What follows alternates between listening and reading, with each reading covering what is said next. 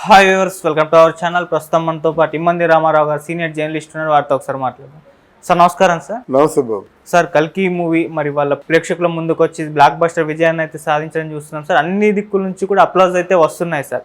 అయితే ఇప్పుడు లేటెస్ట్గా ఈ సినిమా చూసిన రాజమౌళి గారు రియాక్ట్ అయ్యారని చెప్పేసి, ఆయన కూడా విషెస్ తెలియజేస్తారని చెప్పేసి అంటున్నారు. మరి సినిమా చూసి దర్శకధీరుడు రాజమౌళి గారు ఏ విధంగా రెస్పాండ్ అయ్యారు, ఆయన రివ్యూ ఏంటి సార్ ఈ సినిమా పైన? ఇది నా ఉద్దేశంలో రాజమౌళి టెక్నాలజీతో సినిమా చేసేవాళ్ళు ఇంతవరకు నా దృష్టిలో పడలేదు. చెప్పా కదా, రాజమౌళిని తలపింపజేసే సినిమా అవుతుందని చెప్పాను నేను. ఇంతవరకు రాజమౌళి దరిదాపులకి ఎవరు వెళ్ళలేదు. అబ్బాయి ఆయన సెపరేటు అని చెప్పేశారు, కానీ ఆయన స్కూల్లో వెళ్తున్నాడు నాగశ్విన్. అందుకని అంతగా నేను అభినందించడానికి కారణం నాగశ్విన్ని. తర్వాత ముఖ్యంగా కల్కిలో ఉన్నటువంటి సమాచారం ఏంటంటే, ఎప్పుడైతే ఇక్కడ తల ప్రాశస్త్యం సింహల దేశంలో ఇది ఉంది, పద్మావతి పుట్టిందని ఆ భారతానికి దీనికి ముడిపెట్టి అశ్వత్థామని భైరవ అంటే ఎన్టీ రామారావు తాలూకా అశ్వత్థామ, నిజమైన అశ్వత్థామ కొడుకు కాదు. ఒకవేళ అశ్వత్థామ అని చెప్పినప్పుడు కూడా ఆయన కొంచెం క్రూరుడు, అంటే వివేకవంతుడు కాదు. పేద భారీ సభ జరుగుతుండగా కృష్ణుడిని అవమానించినందుకు కర్ణుడి మీదకి వెళ్ళిపోతాడు, చంపేస్తానని చెప్పేసి. అటువంటి ఆవేశపరుడు మాట. ఇలాంటి క్యారెక్టర్లు పేరు పెట్టి కథని తమాషాగా అల్లాడు. ఇప్పుడు నేను ఒక చిన్న పెద్ద రచయితగా నేను చెప్పేది ఏంటంటే, కథ అల్లికలో చాలా బాగా కష్టపడబట్టి ఆ సినిమా చూసిన వాళ్ళకి ఏంటంటే, ముందు దాన్ని జీర్ణించుకోవడం కష్టం అయినప్పుడు కూడా ఏదో జరిగిపోతుంది, ఏ ప్రపంచంలో చూస్తున్నాము, ఏదో వైభవంగా ఉంది అని అనుకుంటారు, కానీ ఎక్కడ బోరు కొడుతున్న ఫీలింగ్ ఉండదు.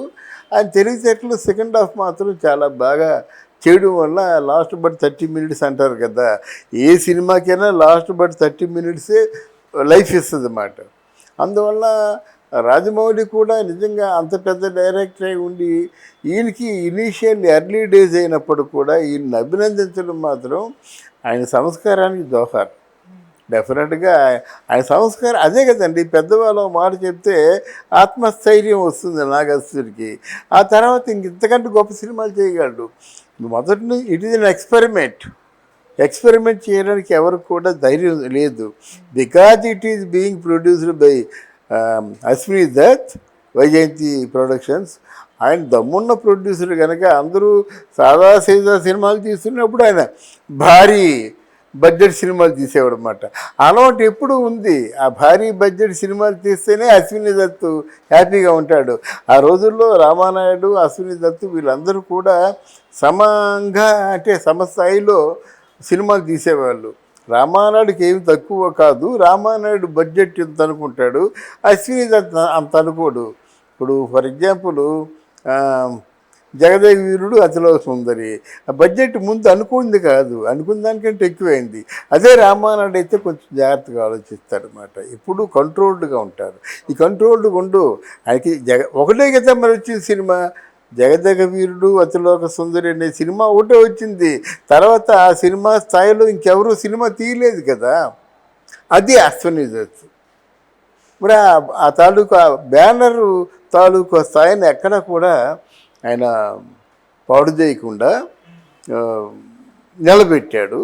ఇప్పుడు ఇండస్ట్రీలో అందరి దృష్టి కూడా భారీ సినిమాలు తీసే వాళ్ళ దృష్టి ఉంటుంది, నాగశ్విని మీద ఉంటుంది. ఇది నాగశ్వినికి చాలా పెద్ద ప్లస్ పాయింట్.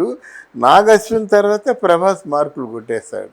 ఓకే సార్, ఇటు మహాభారతంలో ఉన్న రోల్స్ని క్యారెక్టర్స్ తీసుకొని ఈ సినిమాలో కాస్త యాడ్ చేయడం చూసాం కదా నాగశ్విన్ గారు.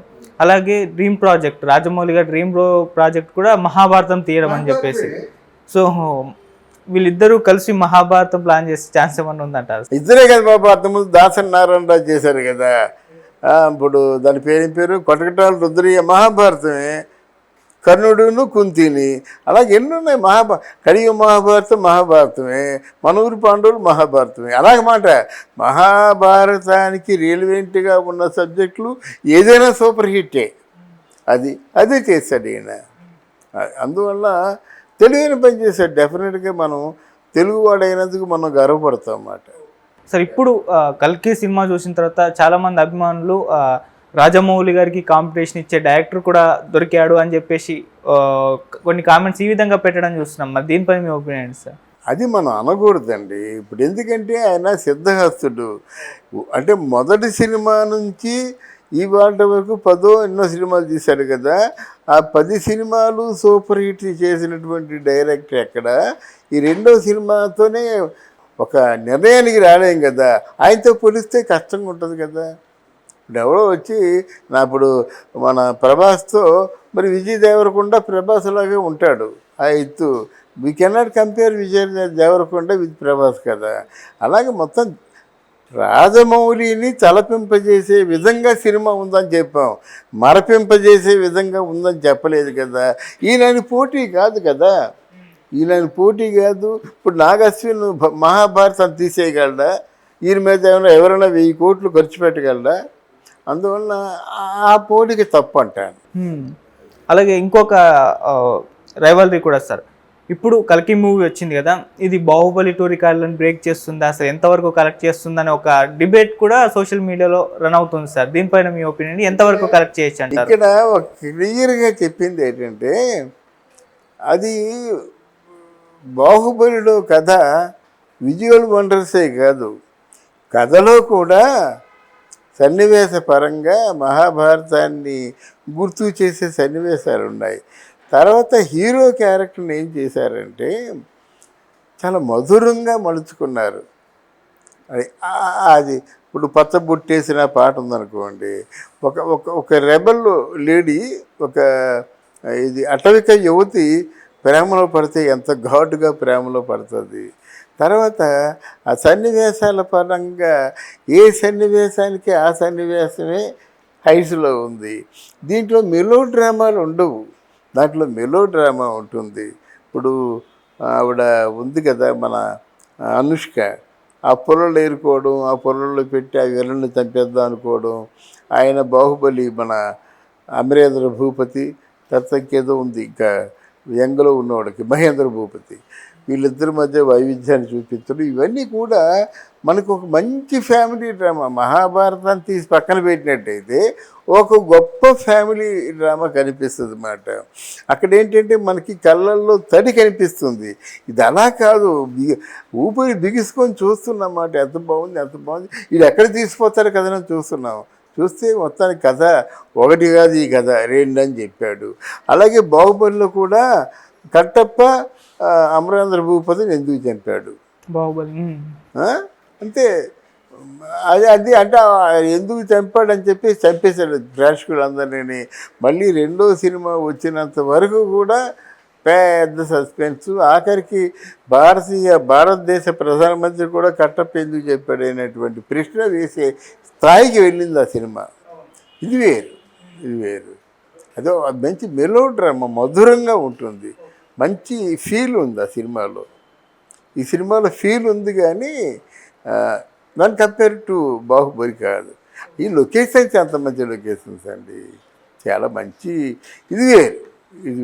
ఓకే, అంటే సార్ ఇప్పుడున్న హైప్ ప్రకారం చూస్తే మరి కలెక్షన్స్ అన్న ఆ మేరకు చేరొచ్చు అంటారా? బాహుబలితో కంపేర్ చేయలేమండి కలెక్షన్స్ చెప్తున్నాను కదా. బాహుబలి 1500-1800 కోట్లు అది చేరింది, ఇది అలా చేరదా? 1000 కోట్లు చేయొచ్చు, ఇంటర్నేషనల్గా మంచి పేరు వస్తుంది, ప్రయత్నం సక్సెస్ఫుల్ అవుతుంది. ఎక్స్పెరిమెంట్లు ఎప్పుడు హిట్ అవ్వండి, హిట్ అయితే పట్టుకోలేమండి.